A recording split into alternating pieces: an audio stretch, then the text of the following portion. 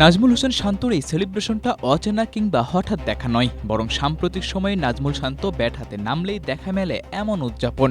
অচেনা যেই ব্যাপারটি সেটি হলো সমর্থকদের এই উল্লাস। ওয়ানডে কিংবা টি-20 ম্যাচেও যেখানে মিরপুরের গ্যালারি ফাঁকা পড়ে থাকে, সেখানে পাকিস্তানের বিপক্ষে টেস্ট ম্যাচে গ্যালারিতে হাজার হাজার দর্শক। ক্রিকেট ফ্যানদের মাঠে আনার ক্রেডিটটা চাইলেই নিতে পারে বিসিবি।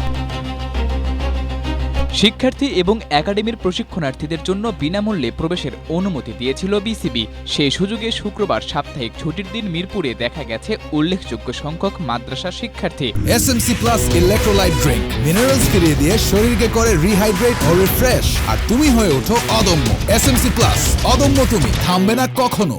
একে তো ফ্রিতে স্টেডিয়ামে বসে খেলা দেখা, তার উপর ক্যাপ্টেন নাজমুল শান্তর দুর্দান্ত এক সেঞ্চুরি, সব মিলিয়ে দর্শকদের চাহিদার 16 আনাই পূর্ণ টেস্টের প্রথম দিনেই।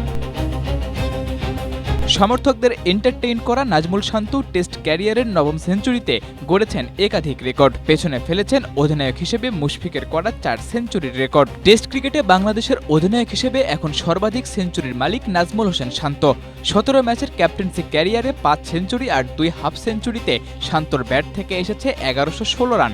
অধিনায়ক হিসেবে ওর এভারেজ এবং স্ট্রাইক রেট দুটোই বেশ নজর কাড়া।